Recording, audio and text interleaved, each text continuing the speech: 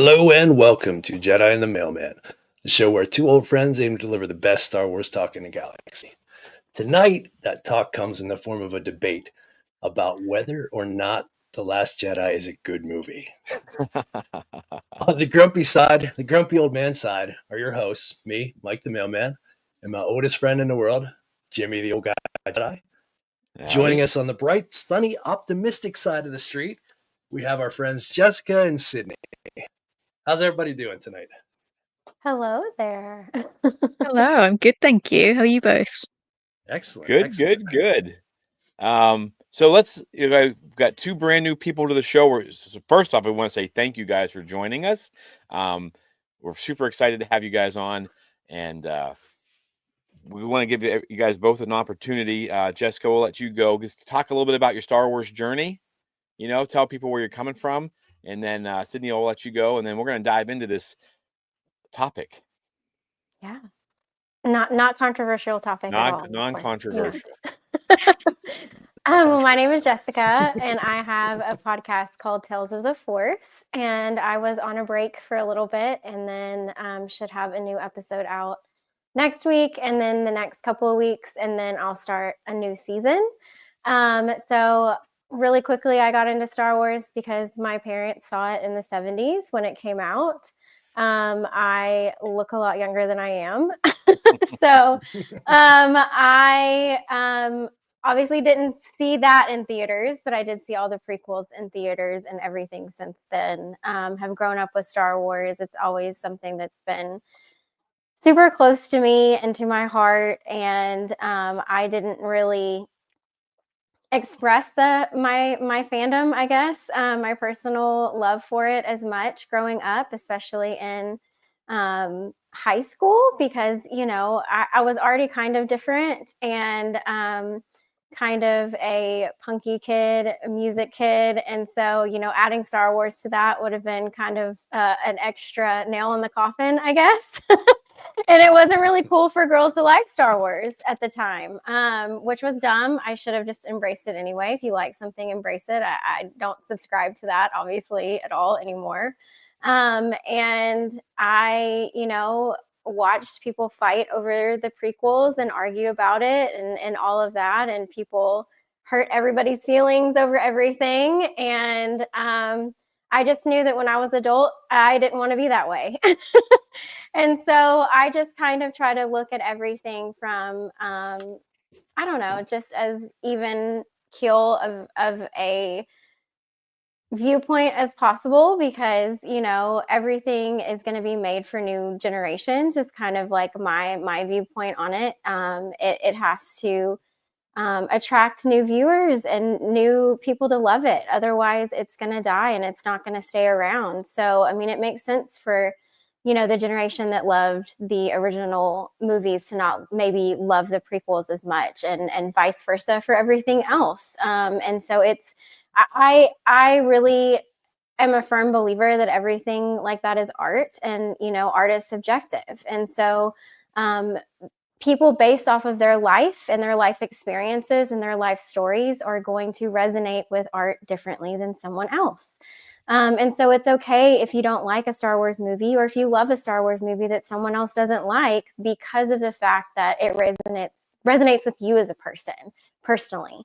And that doesn't make you any less of a fan than someone else. It just means that something speaks to you a little bit differently. And I think what is missing in the fandom is empathy and, trying to learn from each other and understand from each other. And so it's okay to have a difference of opinion on a movie. It's okay for something to not touch you as much as someone else. It's very personal. And so that's what also my podcast is about people sharing their personal Star Wars stories, why it matters to them, and how it maybe has gotten them through something in life, especially with mental health. Mental health is something that's huge for me, and I'm a huge advocate for mental health. And so a lot of people, Star Wars has been the thing that has kept them alive, honestly. And so I think it's really important to understand that we come from different places, and we're going to have different opinions on movies, like The Last Jedi, and that's okay. So Absolutely. that's about all I have. There you go. No, that's great. I love it. I love where you're coming from. I'm glad to see that you're back doing your show. I'm excited for you. I always enjoyed listening Thank to you. those. Sydney, you have a little bit different of a journey, right? Because it hasn't been Star Wars hasn't been a part of your life for your entire life, probably as long as some of us. But we still love the fact that you're here and you're excited for it. So tell us a little bit about your Star Wars journey. Okay, my Star Wars journey. You are correct in saying that it is a little bit different from everybody else's. I didn't really engage or really care to engage with Star Wars for a very, very long time. I think I just turned 18 before I actually started. I took the leap and was like, you know what, we'll put A New Hope on. Let's see what all the fuss is about. And then all of a sudden I saw what all the fuss was about. I really got it. I really, really understood what people were really, really banging on about. Um, but because I think the thing is, I'm from a different generation of just nerd culture in general. Star Wars kind of ended up not being as popular as it really should have been, or it can be.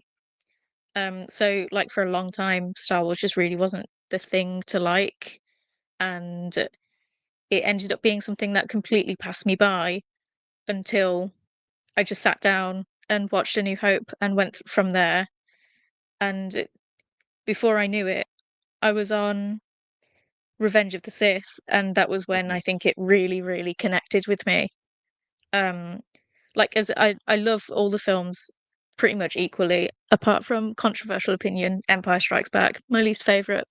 Oh, wow. Gotta Okay. say it. I'm just That's getting it crazy. out the But yeah, no, way. that's cool. It's a solid movie. I get you. It's not in my top list either. People think I'm crazy for that. It's a wonderful movie, It's but yeah. great, but it's not the best one.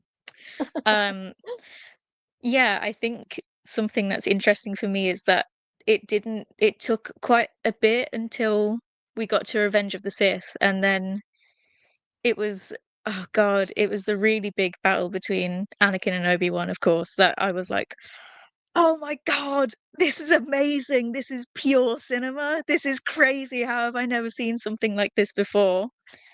Um, and then we swiftly moved on to the sequels, and again, it was just something that connected with me so immediately. Um, and then I took the absolute leap following my partner's footsteps into Star Wars cosplay, Yes. and it opened a whole nother door for me.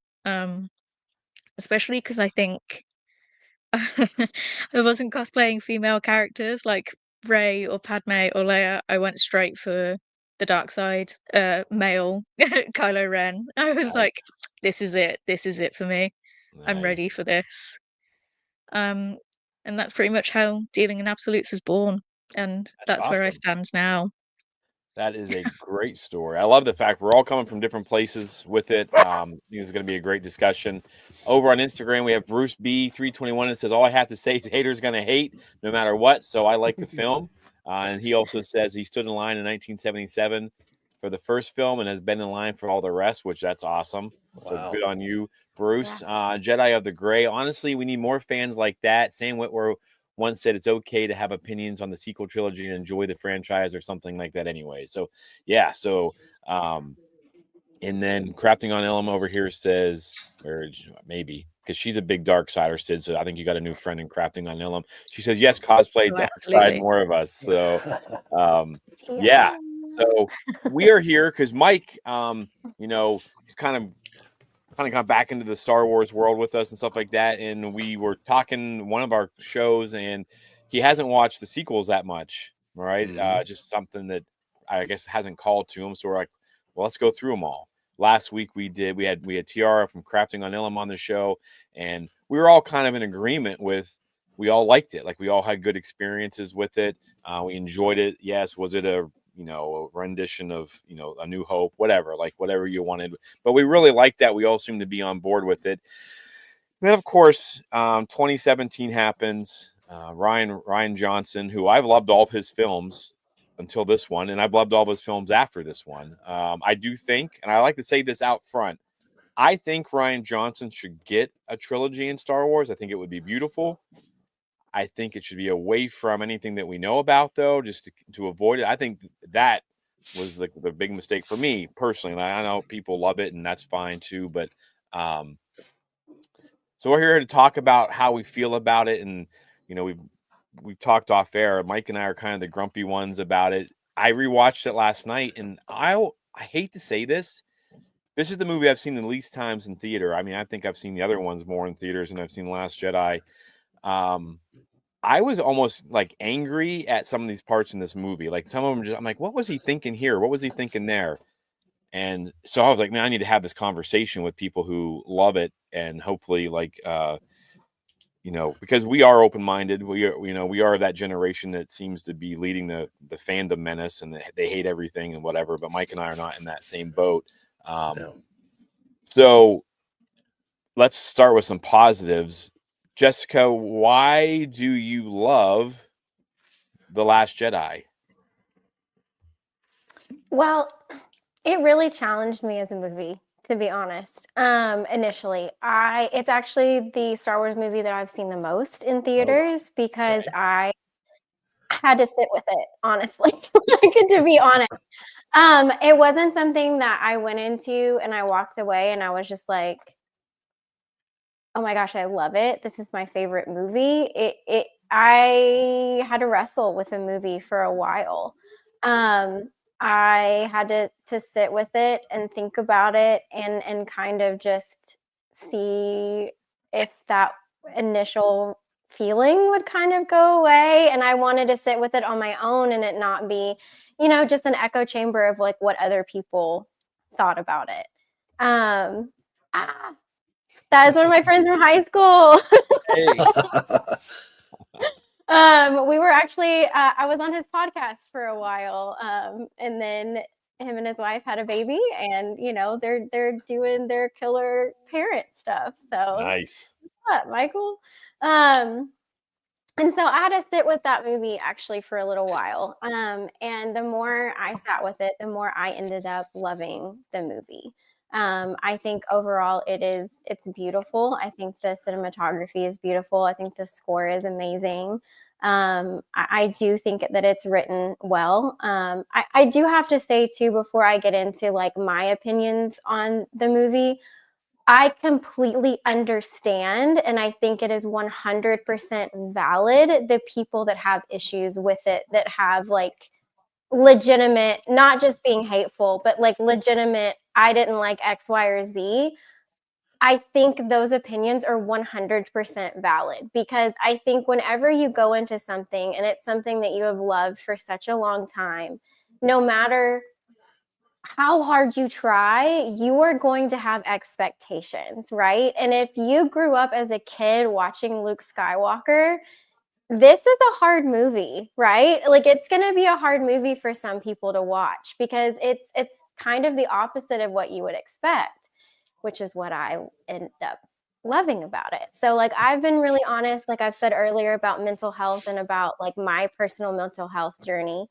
So I have depression and I've gone through a very long journey with that. And to see someone like Luke Skywalker for myself be in kind of in Star Wars world, like depressed and in a give up type attitude was so healing and helpful for me to see as a person, to see someone as powerful and as strong and as good and as hopeful as Luke Skywalker to hit that low. I needed to see that because it helped me humanize him a little bit more, because otherwise it was like, oh, everything kind of went right for him, everything like just kind of worked out, and that's not how my life has been. But on the flip side, I understand people needing a hero like that too. I understand people needing a hero where things do work out and things are hopeful and things are 100% true to that consistently throughout that character's story. So that it's a hard one because it is a very personal thing. So my initial reaction to the movie, to go back to your question, wasn't necessarily 100% positive, But the more I sat with it and the more I related to it to myself, I have fallen in love with the movie. Well, I'm glad, because I've tried that. That's okay. No, so Sydney, so talk to me, like, you walk out of the theater for the first time after The Last Jedi. How are you feeling? So again, another interesting fact, I've never seen any Star Wars film in the cinema whatsoever. I was too late to see um Rise of Skywalker even in the cinema, and then we were in the pandemic, so it was like no cinema whatsoever. Um so I've been watching it just on like Disney Plus Okay. from the get-go. So what was your first But experience? I can't lie to you.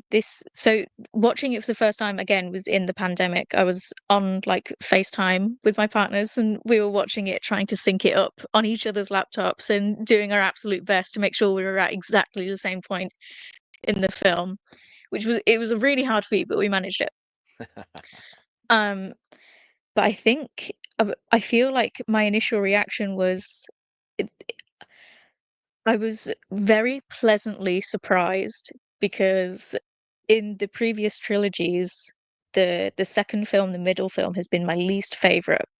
So I was really expecting this to be like, this is going to be a letdown. I'm really not looking forward to this, but we've got to power through to get to the next film, and that is when things will be resolved and things will make sense, and I'll get to know these characters better. But watching The Last Jedi and coming out of it the other side, 2.5 hours later, I was absolutely astonished and blown away by so many different things. Like Jessica said, the cinematography is absolutely breathtaking. I am sorry, but there Absolutely. is no way you can fault that. Mm-mm. That cinematography is absolutely gorgeous. Um, that was, I think, the real standout for me. The visual aspect of me being able to connect to this film was like the number one. Like, okay, I get it. I'm in it. I'm here. I feel very immersed. Um, I think another big thing for me as well is the character arcs massively. And I know we just spoke about Luke, but I think Luke's character arc is something that is also equally important to me, because it's not what I expected. I expected like this sort of peak Luke that these people keep talking about. Everyone talks about peak Luke Skywalker and that we never got to see him. So I thought this will be the time, this will be it. We haven't seen Luke yet. And it wasn't. He was really down and depressed the entire time. And to be quite honest, I am a sucker for a grumpy space dad anyway. So I really, again, I can't fault it at that. But again, in terms of character arcs, I think what really got me was the dynamic between Kylo Ren and Supreme Leader Snoke was something that was really interesting to me, because in the last film, obviously, The Force Awakens, Kylo Ren is sort of the big bad. He's the new baddie. Um, he's the new Darth Vader. I think something that's really interesting to me is his absolute massive fall from grace between The Force Awakens and The Last Jedi. And the way that Snoke treats him is something that is really interesting to me. I think it's pushed to the side a lot because Kylo is sort of seen as this like whiny brat, doesn't get his way, so he smashes everything up, and he he's an Super two in the first misunderstood two emo movies. kid. Yeah. But I think the dynamic goes so much deeper than that. Of he's still a kid, as Snoke says. Snoke says, You're a child." He puts it plain and simple, "You're a child." Yeah, I think you really see this deeper run of Kylo Ren's character of still being a child, but he was manipulated by a higher power and a higher being with all these promises and um all of these things he could give him.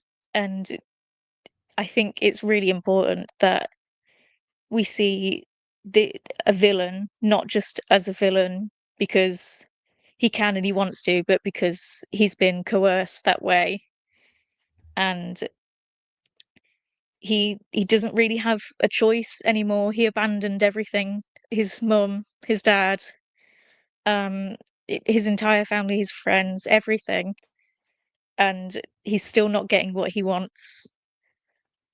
Um, but yeah, sorry to ramble on. I think No, it's you're all just a right. really interesting Yeah, character arc for me. I and we'll think because I am such a big Kylo Ren fan as well, I'm like, my poor boy. well, I'm sure we'll talk. Yeah, we'll definitely talk about the characters and stuff some more too.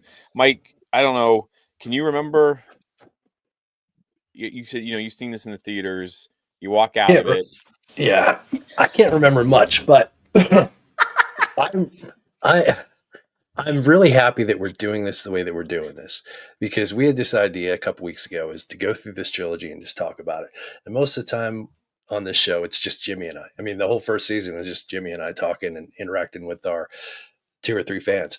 So it's nice to have 2 fans come on here and talk about this stuff, because I think it would have been just me and Jimmy grumbling about how much we didn't like this movie. And that's not what we're about. Honestly, our show tries to be really positive about everything in Star Wars. We don't want to bash on anything. And we all want to love every bit of it. So it's nice to get other people's perspective and, kind of already I have a new way to look at this movie. I still don't, it still doesn't change my mind. I still don't like it, but if, as I go back for consecutive watches and think about the things that you two have said, it's probably going to hit me a different way.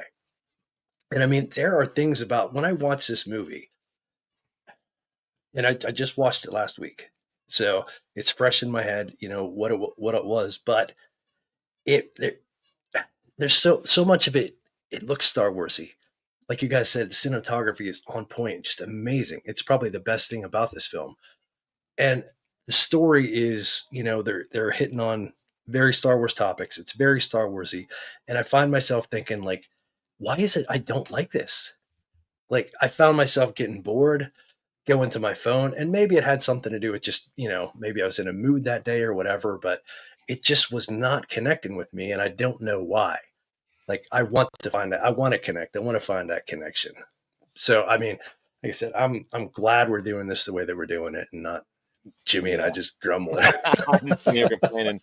So, yeah, I'm kind of in the same boat. The Force Awakens happens. I take my swimmers to that, like my boys team and everything, and we took. So for the Last Jedi, I went with one person to see it at like 8 o'clock. So then we had tickets again for like a 12:30 showing, and I met him out there, and we walked in, and he's like, "What's wrong?" And I'm like, "I don't think I like that."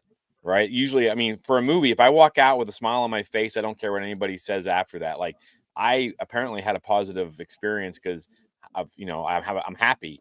I was happy after The Force Awakens. I was happy after The Rise of Skywalker. I walked out of there on this one. I was like, I don't feel like I like that very much. The second viewing, obviously, it was late. I fell asleep during part of it.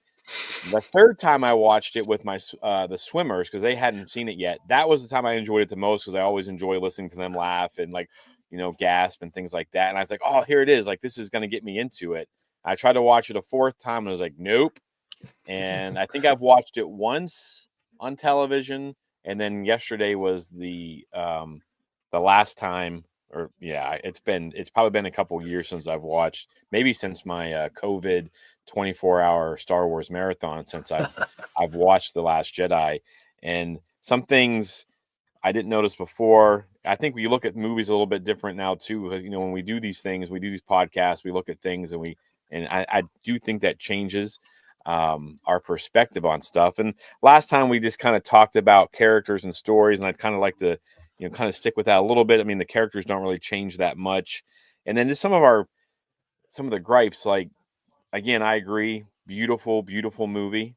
I think it's maybe the best one ever. Like, just, I mean, some of the shots, you're just like, wow, that is gorgeous. That is cool. There's, I don't like the holdo maneuver, but damn, is it beautiful, right? Like, it's just, in the theater, it was awesome in the theater. That sound, that THX sound.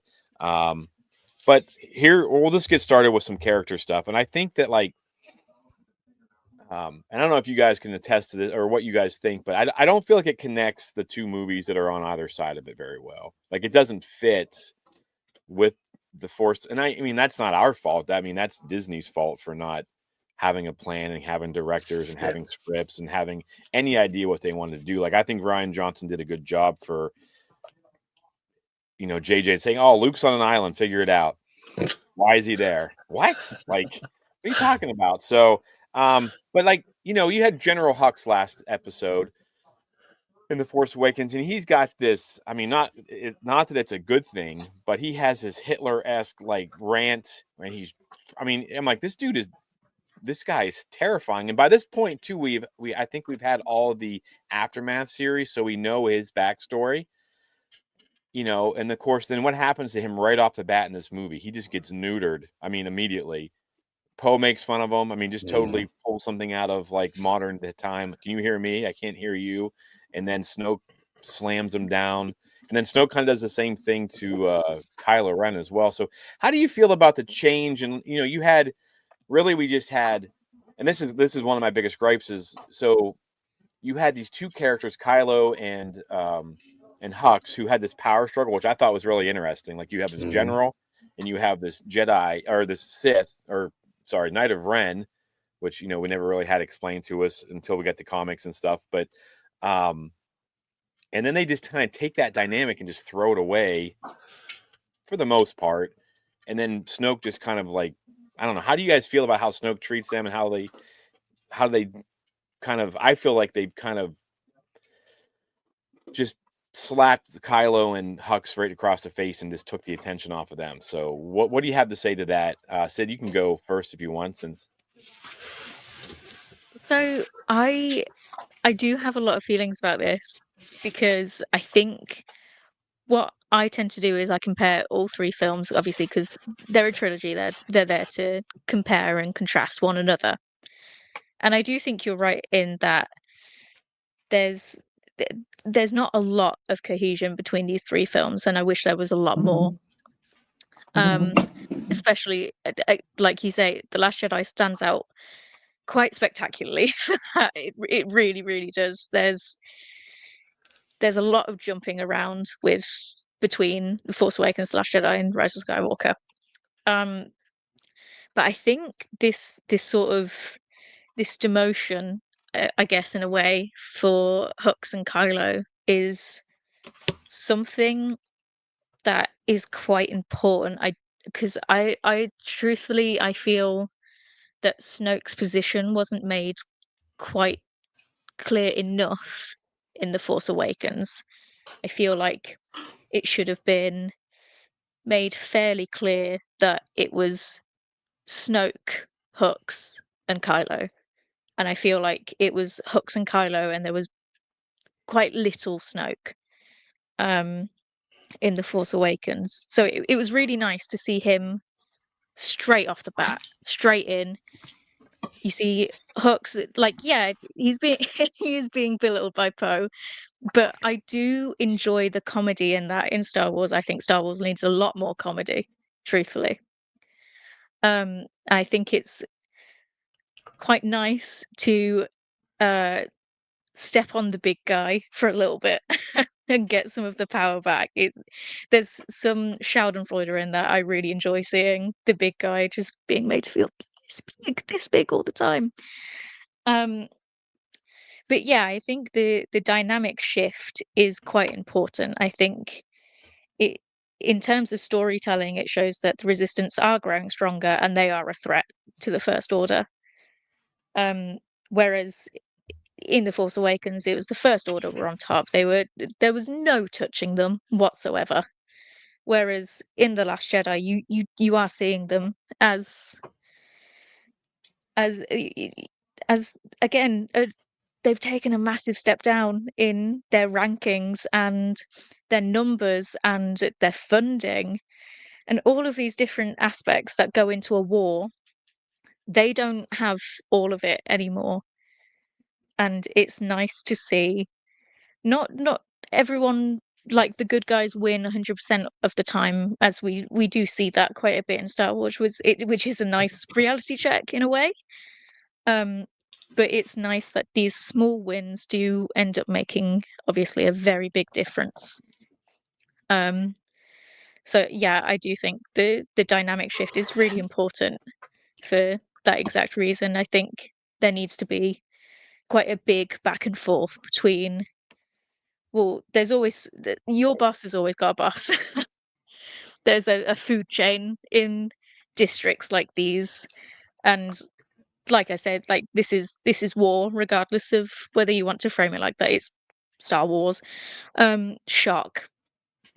Uh, I think, yeah, it's a nice sort of realistic of ranking All right. that I really, really enjoy. Sorry, I Well, I'm do glad you ramble did, on 'cause quite a bit. no, it's fine.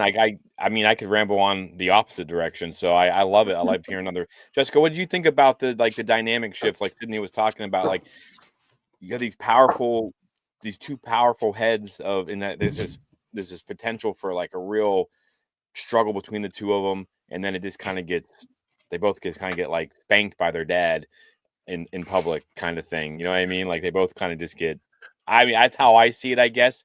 So, do you have any issues with that, or did you like the fact that they get put in their place? Or I mean, I think that to me, it shows two people with huge egos that are trying to be the boss, and they really have someone else that's controlling them, but they don't really want to show that to their, the people beneath them, right? So there's like a power struggle, a power dynamic between Kylo and Hux, and they're kind of trying to each be the big bad, but that we know that's not really what's going on.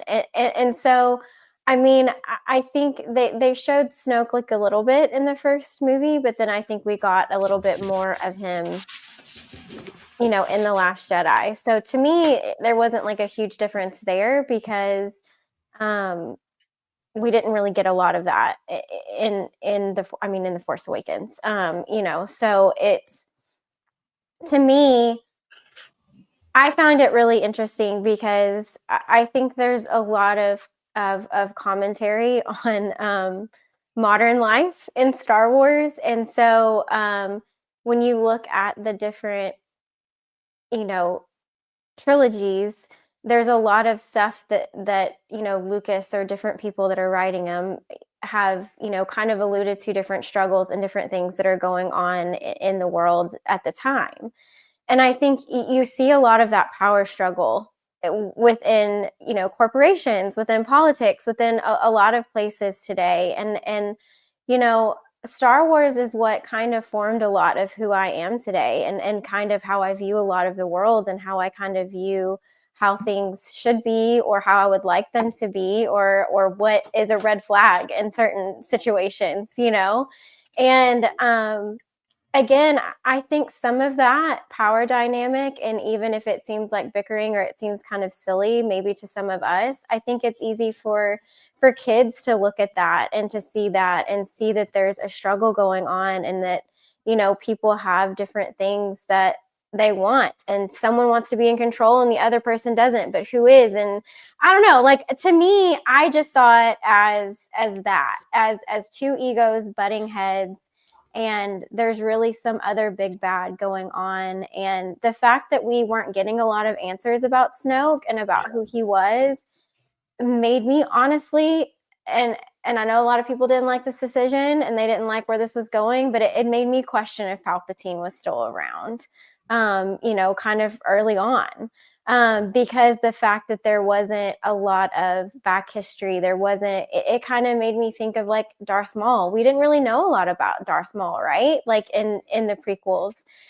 He was just kind of this scary, dark side, maybe Sith, did the Sith come back type person, but we know eventually that there was someone else pulling the strings. And so, I don't know, I saw a lot of, poetry it rhymes, I guess, a little bit of that between those dynamics. And so I didn't really struggle with it, but I do understand how when you look at the prequels, and we're having a huge anniversary for Revenge of the Sith, yes, you know, And we're in 40 years of the originals. We have had so much more info, right, on those and backstories and comics and books. And we had, the expanded universe, which is now Legends, and now there's all these canon books and there's all these canon stories, and there's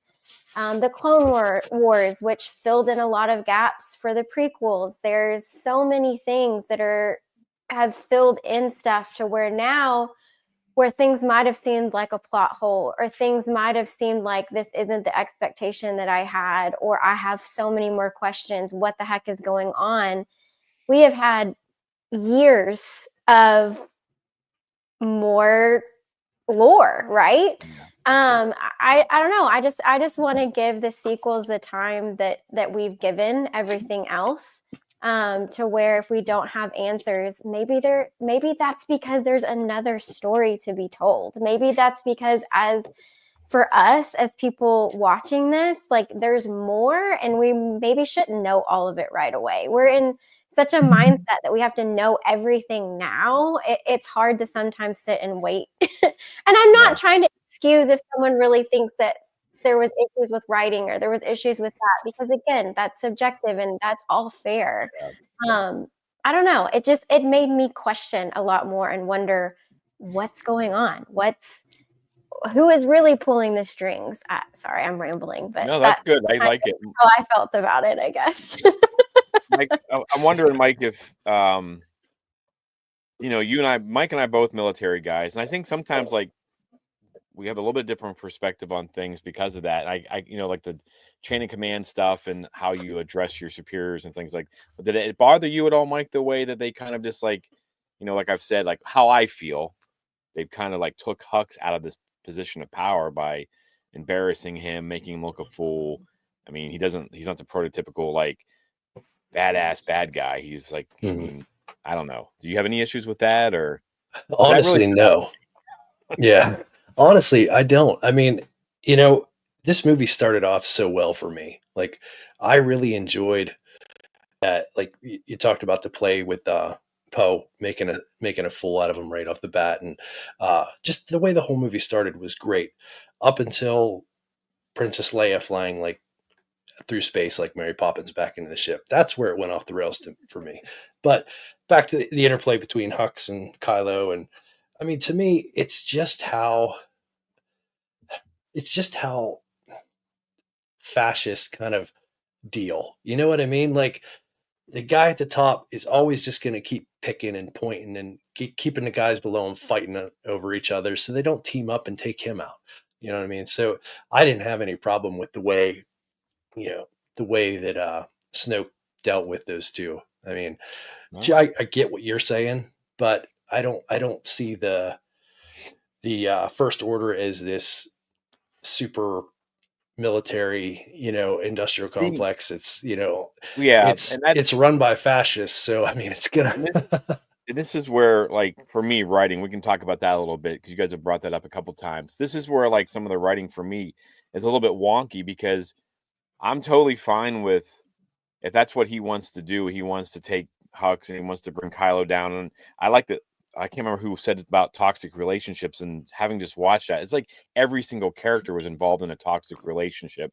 Poe and Holdo, I mean, all of them were just having these weird like moments. But for me, like for Rian Johnson, I know he didn't have to worry about the next movie, but he builds up Snoke to be in control and power, like he's the boss, right? And that's, if you see it that way, that's fine. I think it's would have changed my mind a little bit. But then they kill him.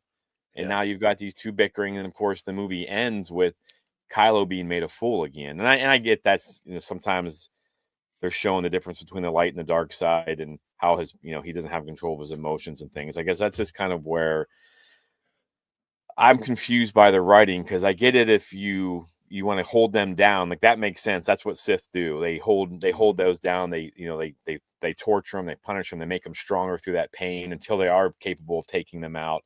I just feel like, but then you turn around and you kill that guy, and you still have these two leaders that are like, the first half of the movie or first 3/4 of the movie, they've been like, I mean, he calls him a child, in a silly mask or whatever, and I mean, obviously he makes Hux look like a fool. So I kind of have some issues with that, I guess. Maybe I'm the only one, it sounds like. So Yeah, I kind of think of it like if you think of the whole trilogy together, if at some point you've got to take out Snoke. So I think that's what they're building towards in this is escalating that bickering, so they could take out Snoke and move forward. Maybe that was the only thing that they actually planned. yeah. So that's okay. We'll go with that. I like it. Let's talk about these toxic relationships, right? Um, Kylo and Rey, I feel like that's not healthy, right? Because I mean, he's telling her she's nothing, and but I love you, or you are to me. Like you know, just a terrible way to try to manipulate somebody. Um, Poe and Holdo have something weird going on. Like, just tell him the damn plan. I wrote that in my notes. Just tell him what you're doing. Like, wouldn't it have been simpler than having him try to like revolt? Like, I just, Yeah. these are the problems I kind of have in these relationships. I think Finn and Rose are fine. Like, I don't feel like their characters really do much this episode other than point out you shouldn't hurt animals, which I know. But I love my dogs and I would never do anything bad to them. So I don't know. What do you guys think about? I mean, do you guys see it that way, or is it just me? Like, I mean, I feel like this movie is like just filled with toxicity as far as all these relations. Like, there's not. I get it. Poe kind of learns at the end, but I even feel like it is the writing for me. Like, it's cheesy. I like the idea. Like, I put in my notes, I love the idea of where this movie is going. I just didn't feel like it delivered in the writing, in the dialogue. I don't know. Let's talk about the dialogue, I guess, or you can talk about the relationships, whichever one you want. I'm kind of at see, I get fired up when I start talking about this movie. Before I say that, though, I want to say one positive thing. BB-8 was a boss in this movie. That droid Yeah. had the best moments, I think, other than R2 and like Revenge of the Sith, jacking those guys up, those droids up and stuff like that. This might been like one of the best like droid moments where at the beginning he does all that crazy stuff and it's really funny, and then he does some different things later on with being on the supremacy and all that stuff. I think that they did an awesome job with BB-8. The rest of it around it doesn't work for me. But so what do you guys think about that dialogue? Do you like the dialogue? Like, we talked about, with Charlie a couple weeks ago, we talked about the dialogue of Attack of the Clones. And then she kind of changed our mind on that because she's like, well, yeah, this is a 13-year-old, this is a teenage boy who's never been around girls before trying to be cool. Yeah. So I'm like, oh, yeah, I remember those days. So what do you guys think? Jessica, what do you think the dialogue or in the relationships in this movie? Like, was that something that had to grow on you, or like, because you said, you had to kind of sit with this movie for a while. So there were things that kind of didn't work for you right away. Are these any of those things, or? No, mine was more just like, just the overall like tone with like Luke and different things like that. And, now Snoke is gone and how do I feel about that? And like that was kind of like where I had to like think through things. Dialogue,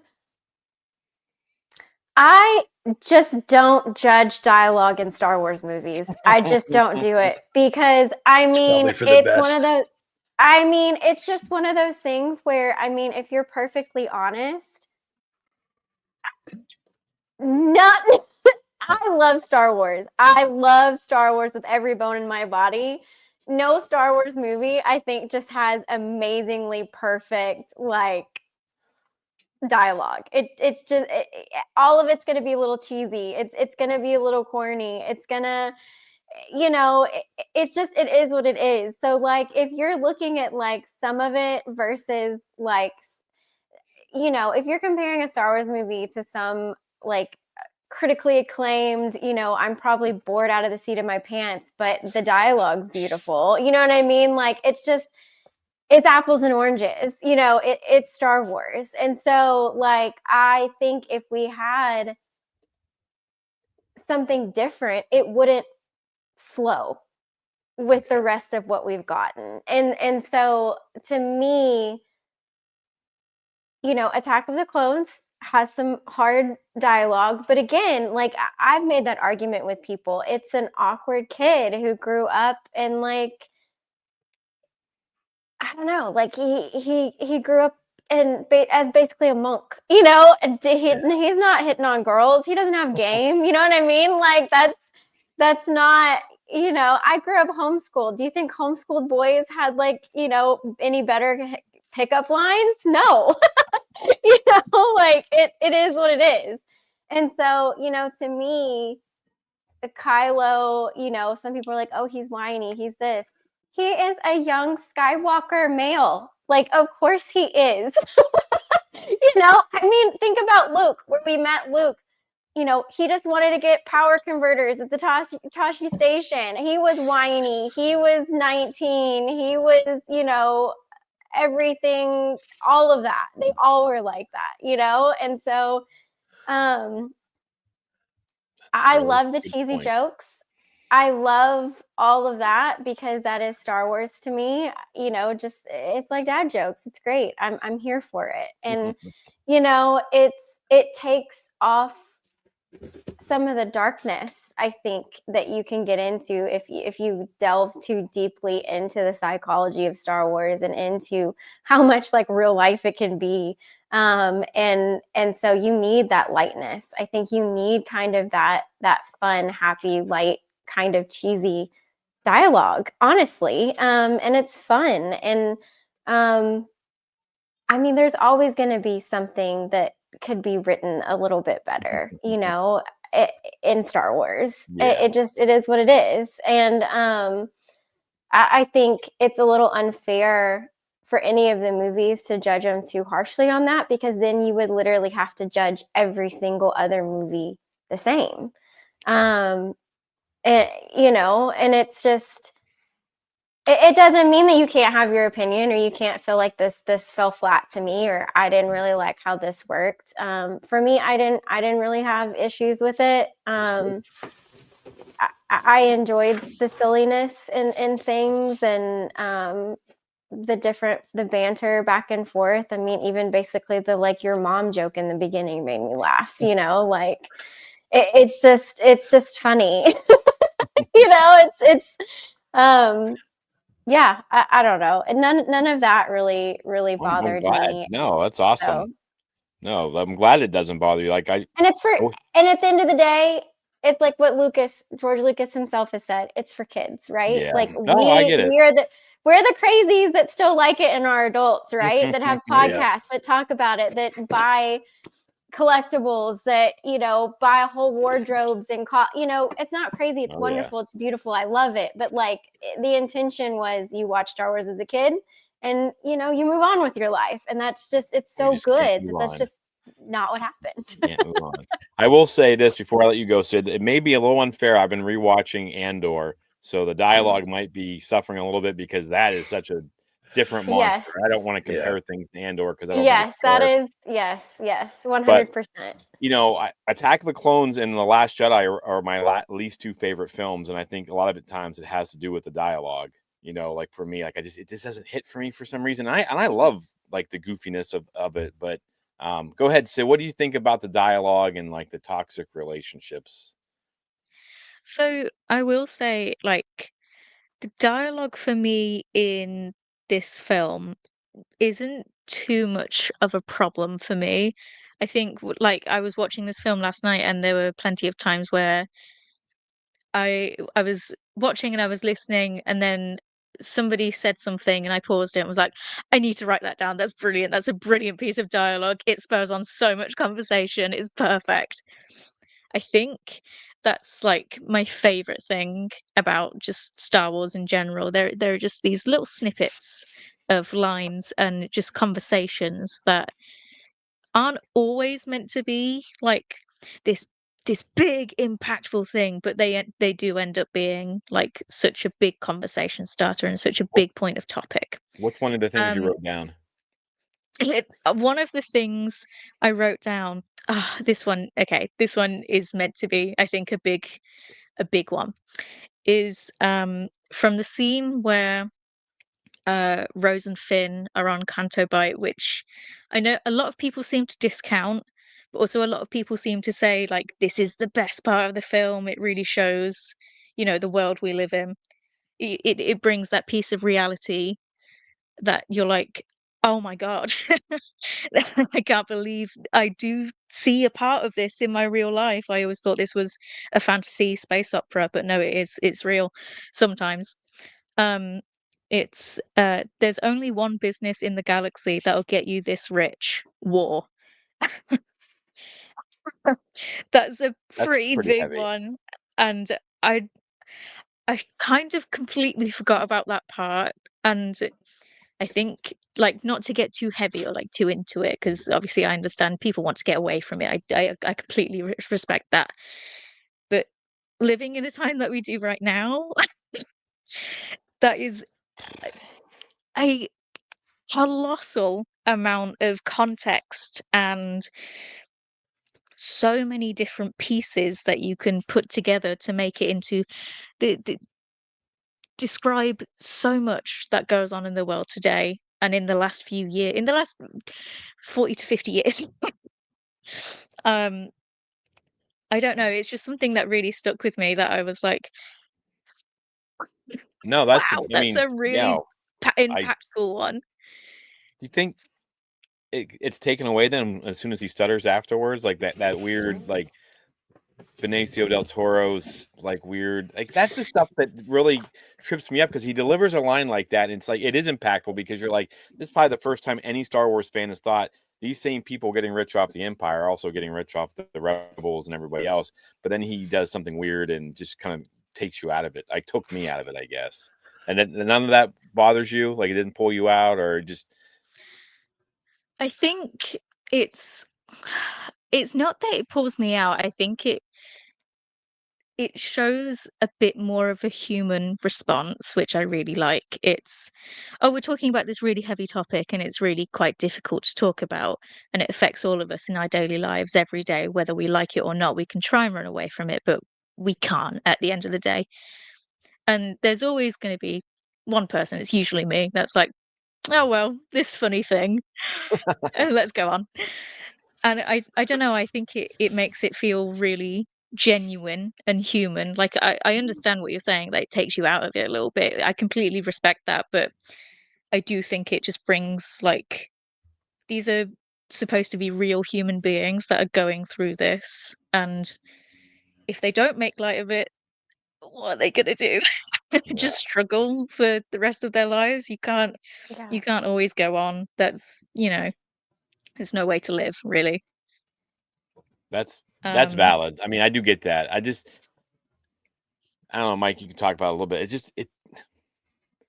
just didn't it just felt a little bit off, like, all those things, like, I feel like you guys are making great points, like, I love it, but then for me, it's just like it's just like this little thing here that just kinda, like, you deliver this powerful line, you make me think about Star Wars in a way I've never think about it, and then he does something odd or I don't know, those are just it seemed like that happened throughout the movie for me, like, just things you have these expectations. I know or Ryan talked about subverting expectations, but I don't think he meant that. I thought he was talking more about Luke and things, but I guess that's where I struggled a little bit with, you know, like those powerful lines, like you said, because I mean, I can't even honestly, like, I can't even think of anything like that. I'm impressed that you're able to see that through the other stuff. So personally, I struggle. That's just where I struggle I with it. mean, So, there's some lines that I love in the movie too that like stick out to me over other stuff, and that's definitely one of them for sure. So, all right, cool. All right. What you got? Another one for us, Jessica? Is there another one like you can think off well, the top of your head or it Yoda and Luke's conversation is so powerful. yeah, That that is a the strong that as a teacher, when you're teaching someone, that you want them to grow beyond what you are, and that the greatest teacher is failure. And I think that a lot of us run from failure. A lot of us, I've struggled with starting a podcast or doing anything is like, well, if it's not going to be good enough, or if it's not going to hit this immediately, or it's not going to have this type of production value, or like whatever, why do it? We kind of, in the world that we live in, we look at so much as altered and to look perfect, and faces and bodies and lifestyles, and all of this stuff is pushed at us, and it's all this quote unquote perfect life, right? And so it's scary to put yourself out there. It's scary to try something new, to make an effort, because you're probably going to fail, because so and so might whatever this or that or the other, and most of the time people are faking it anyway. But it's like it's one of those things where, but you know what? You learn from failure. Some of the hardest things in life that I've gone through is a failure. And either I can go off to my island, right? And I can sit there and I can say the world or the universe or the galaxy is better off without me. I did everything I could, and I screwed everything up. So maybe taking myself out of it, maybe that's what's best for the good of everything else, right? But normally that's not the case. Like, we feel like that might help, but you take that and you learn from that. And I think that's one of the most beautiful things about Luke's story in The Last Jedi, is the fact that he eventually goes out like the Luke Skywalker that we know and love, and he uses the Force to do it. And it's beautiful, because it's hard. It's hard to get back out there and to do something when you've been knocked down, when you've been promised, or you think all of these things, and you're almost a savior in a sense of something, and then you realize, oh no, it's just back. Now what do we do? And you're defeated. It's hard. So I love that moment, and the moment of the tree burning, and him thinking that the texts are gone, and that he still went out the way he did, thinking that the texts are gone, and knowing that sometimes it's interesting, because it's they play a little bit with how Kylo is saying, like, let the past die, right? Kill it if you must. And then we see Yoda burn the tree, right? So it's like, there is truth to that, but it's what you do with that. It's what your focus and your goal is. It's are you using that for selfish gains and going on the dark side, as far as using your ego and using, like, the dark negative side of yourself? Or are you going to learn from that, learn from, if Lucas was definitely inspired by psychology, and like, that we all have like a shadow, or these different things that we have to face going into the cave, right? In Empire. Are you going to look through that and look at the worst part of yourself, your failures, your mistakes? And are you going to continue, and you going to still continue to fight for someone else, and for what the light is, and for what's beautiful? And so sometimes you have to burn your past in order to do that. But it's your goal for why you're letting the past die, I think, is what's important. So all of that I really can get into with Star Wars, and Wow. go forever. But and I think that's maybe why you notice, like, the negative relationships, the toxic relationships, because at this point of the Resistance, they feel like Rey and Luke is the only hope that they have left, right? The Jedi, all of this, they need this to come back. They need this to powerful Force users to do all these things, when it's really the people really helping and working. And we see that, in Rise of Skywalker. But like, everyone is down, and think about it. Like, when you have a bad day at work and you complain to your coworker, and they're having a bad day, and then they start complaining, and then everyone starts complaining, everyone has this kind of toxic, grumpy, just environment and attitude. And I think that's kind of where the Resistance is, and where people are in different areas of this movie. So I think it makes sense that people are grumpy and people are bickering between each other, because it's like everything's on the line, and they needed to change their focus, and they needed to change it to what was really important. And so, yeah, those are some of the things that I see from some of We're the gonna have to have lines and stuff. you two come back on and just talk about the dialogue here. I'm feeling it. I'm like, preach. Honestly, any day, I would love that. So, Sid, what else you got with you have a list. So what you were saying more about the stuff. So let's give us one more, and then we'll probably have to wrap things up here.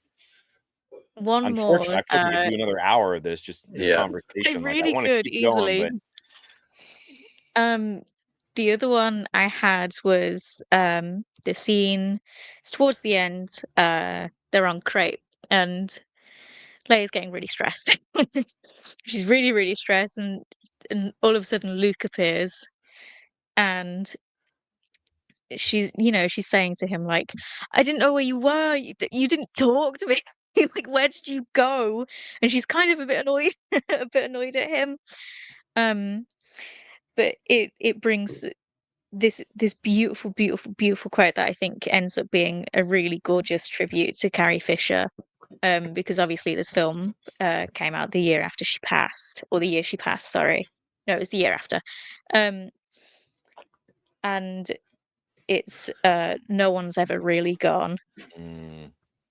And yeah, that's a good it one. just it hit me so hard for some reason. I do apologize if I get a bit emotional. No, you're all right. You're Um, British. Are you allowed to? It gets me emotional too. So girl, it's your. anytime Leia was on screen in this film, I was like, "Oh my god, oh my god!" Um, but no, it's a really beautiful reminder of how people live on in our memories, regardless of if that's a friend or a family member or anybody really, like a celebrity. Like, to be honest, I don't think I've gone a day without thinking about Carrie Fisher. Yeah. Because how could you not? What an icon and a legend of a woman she is. Um, but I think it's something that really struck me because I remember I had a family member that was quite close to me pass away not too long ago, and I watched The Last Jedi. I don't know why, thinking it was going to bring me comfort. It did in a way, but also sometimes I was like absolutely devastated by it. Um, but it finally got to No One's Ever Really Gone, and it felt like a really nice warm hug in a way. It was a really beautiful, like, that's so true.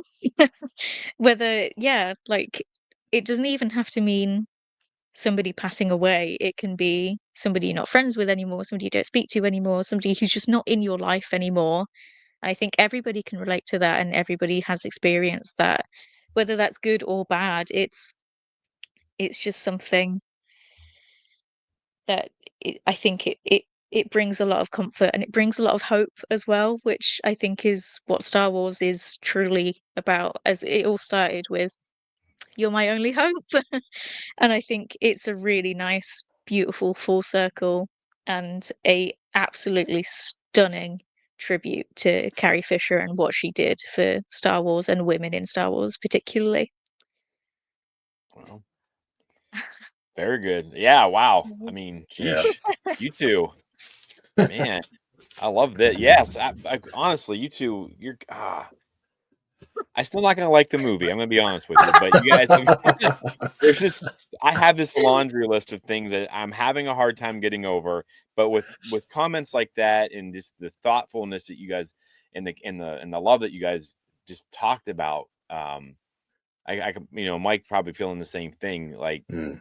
I'm kind of like woof, I like blown away a little. honestly, I think we need to circle back around to try this again sometime where you and I just put out like, okay, this is what I didn't like, and you two can like change our minds because everything you're saying, everything you've been saying is great, but I don't think I've completely come around on it yet. Like my biggest thing is just the convoluted nature of the ship's running out of space gas and just that whole premise. Like it just killed the whole thing for me. Like I got to figure out some way to get past that because that and like Jimmy was talking about earlier with Holdo and Poe, like if Holdo just took Poe to the side and explained what she was doing, like, okay, there's no conflict between them. You know what I mean? Like, I don't know. There's things like that.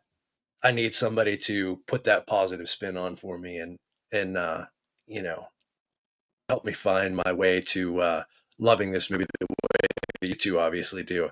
I mean, I'm so happy that you've talked glowingly for going on an hour now, and you've brought, like I said earlier, we try to be very positive on this show, and you've brought that positivity, and I mean, we really appreciate it. Absolutely.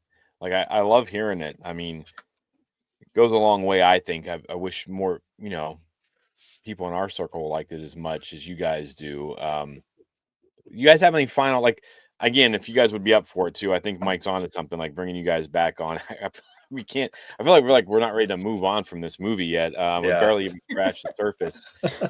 What was I thinking? An hour is going to be long enough, but give you guys like, final, like, kind of wrap it up. Why should we? And I know you guys both in the game, you guys are both in a good spot too. Like, you're not mad at us for not liking it, right? Like, that's what I love.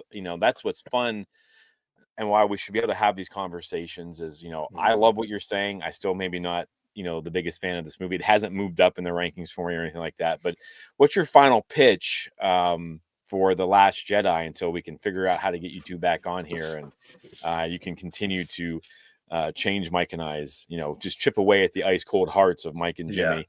So do you have a final pitch for us, or, what it is that really brings us home for you? Either one of you guys can go, and then we'll kind of wrap it up.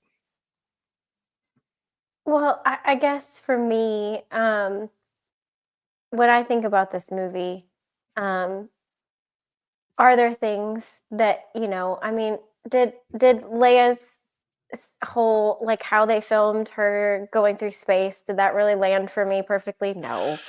But like, when I sit there and I think, how could they have done that differently?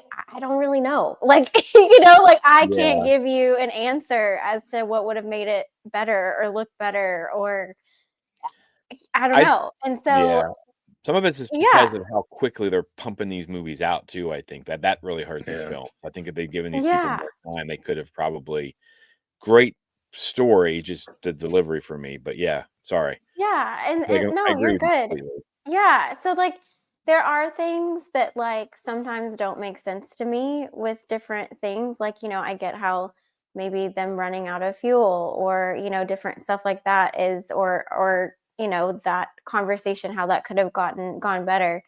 And I guess what it comes down to with me, whenever I notice things like that, when it comes to Star Wars, now I don't give everything else this much leeway or grace, when it comes to, nitpicking different things. But I watch Star Wars because it's like home, right? It is a comfort place for me. It helps me remember who I am as a person and what I need to focus on. It helps me appreciate things. It helps me put myself out there and have found family, right? Because that's a huge thing with Star Wars, is found family and hope, which is such a massive thing, and so important. And how little things, little sparks or different things can, they say, light the fire of the resistance or whatever. But like, in reality, it is those little things. And yeah, that line is pretty cheesy, but like, but it's also true. It does take just a little bitty spark for a massive flame to happen, right? And so I think I look past some of that stuff because, even when people fuss at Lucas for different things that didn't make sense, like the first time there was like an explosion and you could hear it, or there was fire or whatever, he was like, this isn't our world. This isn't our universe. I can do whatever I want, basically, like the science doesn't have to science here. So, it's one of those things where I can look past some of that, but I understand how it's hard not to. At the end of the day, one of my favorite things about this movie, and what I think should be And I've never said this out loud to people. A few friends know this, but there's a shooting star in the logo of my podcast, and that is from Broom Boy.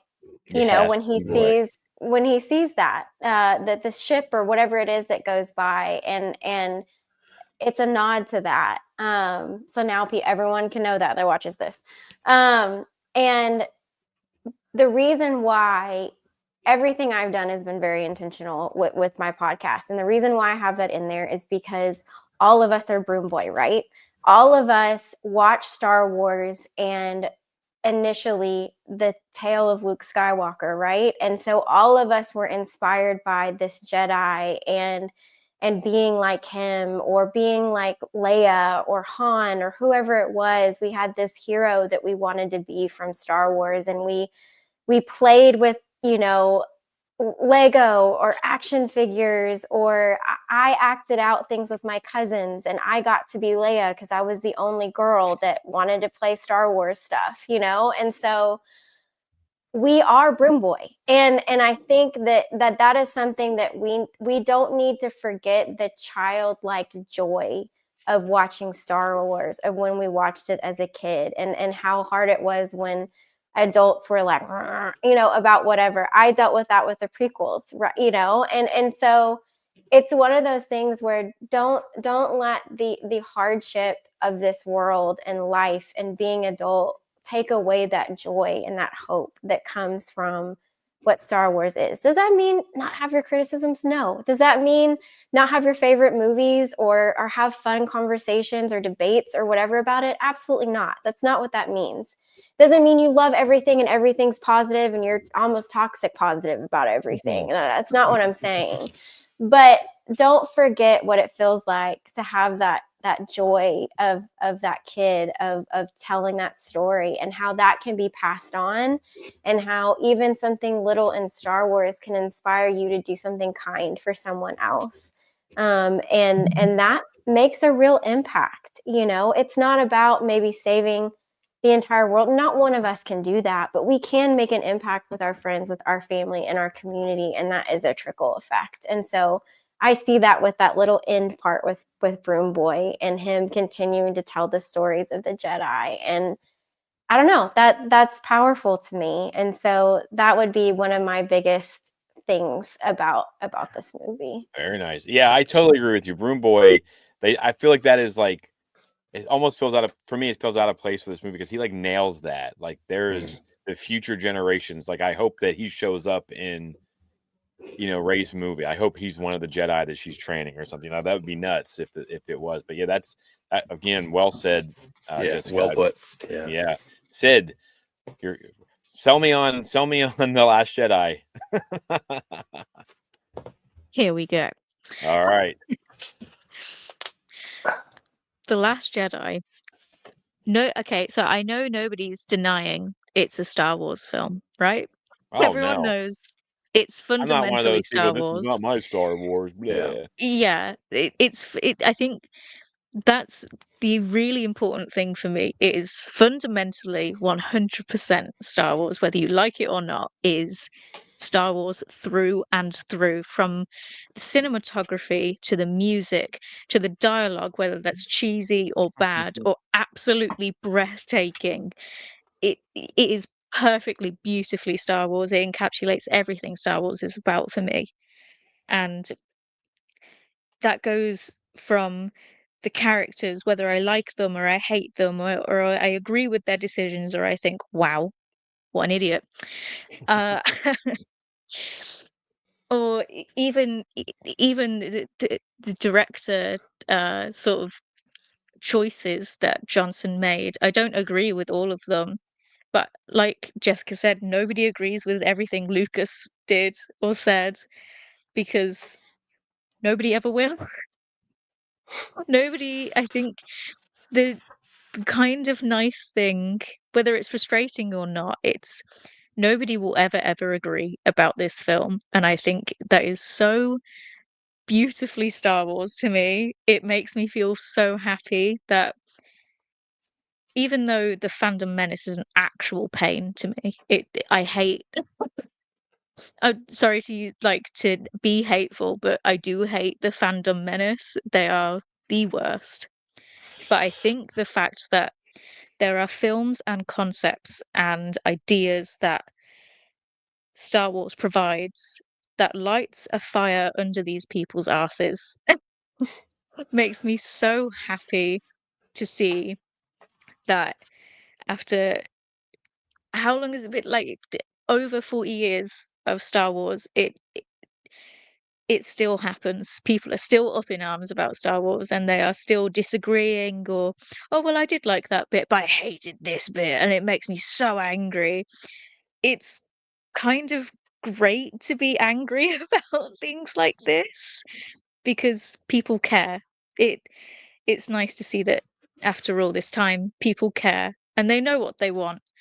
And they may not show it in the best way, but it's the passion and the thoughtfulness that people show whether you like this film or you don't. It's important that you understand that it resembles everything that is Star Wars, quite literally and sort of metaphysically in a way.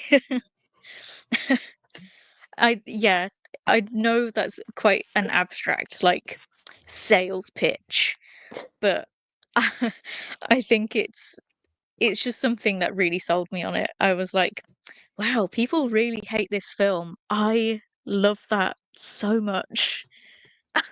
Yeah, they're I think passionate. that maybe that's just the the stubbornness in me of, well, if people hate that, then maybe I might like it. Oh, I really like it. I like it a little bit too much. Awesome. No, I get that. I get it. I mean, there is this movie. I wonder if we'll ever come around. It's hard to know. Empire was supposedly people were upset about that. We'll never be able. It's not documented as well as what we've gone through with The Last Jedi. So I am curious as how it'll change. In 15, 20 years, what people will be saying about it. So that's a really good point. Mike, anything else on The Last Jedi? Are you converted? Or do we need No, another unfortunately question? not. We'll get you, Mike. We'll get I you. mean, they said it's okay for us not to like it, so It I'm is. gonna be Yeah. okay, I guess. It doesn't, everything doesn't hit everybody the same. Right. It's Exactly. fine. Listen, it's totally do- okay to not like it, but I will Yeah. get you to like it. Sydney, I love your I confidence. seriously appreciate that because just getting this opportunity, and I found this on multiple different occasions, talking to people that are from different generations and different backgrounds and stuff like that. It's a shame that we don't do more of that. We stay insulated in our bubbles. But as we do that, I find myself looking at things from a different perspective, coming around on things. And even if I don't like it, I find a different way to see it and to accept, what other people think more. Yes, So, absolutely. I mean, this is what I absolutely love. I don't care if you never convert me. What I care about is I'm talking to other people that are very passionate about their, about the fandom, and you're giving me a different way to look at things. And I mean, that's growth, right? That's what we're looking for is growth, finding a Yeah. way to enjoy other people's perspective and all get along. So I really appreciate you two coming on. It's been great. And I just thank you. What does Nick say? Does everyone agree about Star Wars? We wouldn't be talking about it. True. I don't know. Yeah. Maybe Right. we would. Yeah. Great life lessons tonight. Oh. Yes. You I'm know gonna what? have to record. I'm Podcasts gonna have would to be show my students this in class. Yeah. Like, look, we don't agree, but look at us. We're talking and being civil, and we're learning stuff. So And it's like Paul- y'all might have a Star Wars movie that you like a lot more that I might not like as much, but I love hearing people talk about why they like something Yeah. and why it works for them. Like I just love that. And so like you're saying, like even if it's still not my favorite, my perspective shift on Absolutely. it makes it more enjoyable. Yeah, because every time I hear those lines, I'm going to think of you two and the joy that it brings you guys. You know what I mean? And that'll make me happy, even if the movie doesn't. Yep. Yep. So, And I mean, Kylo's great in this movie. I know Sydney loves Kylo. I love Kylo. Oh, I mean, he's like the the number one reason to watch this film, Kylo Ren. He is, It's an emo whether space prince. What more could you you want? love him or really? you I hate mean, him, here he is, my little Kylo boy. I could see you there. oh, Very, very cute. All right. Well, first off, before we go, I want to thank you guys both. Sydney, I want to thank you for staying up late. It's what, like 3:00 in the morning, 3:30 for you, something like that. Yeah, about 3:30 now. All oh right. my goodness. So, and Jessica, I'm super pumped that we finally got to connect. Let's do both Yeah. of you guys. Let's do it more. If you guys want to come on the show or you have something you want to talk about, just let us know. We'd love to have you both back on here together, separate, whatever. I feel like we need another session of The Last Jedi. Love. Maybe we'll come back around to that after Andor or something like that. So big thank you to both of you for coming on. Absolutely loved it. Thank you guys for being so positive, understanding of Mike and I's grumpiness. This is a great show, everyone. So just for everybody, thank you guys for coming along. I hope that everyone's listening, because we did have quite a few people in the chats and things like that tonight. I hope that you guys can take, the lessons from just watching the four of us have a conversation, and move on with it. So, and other than that, we'll see you guys next week. Thanks for hanging out. See ya.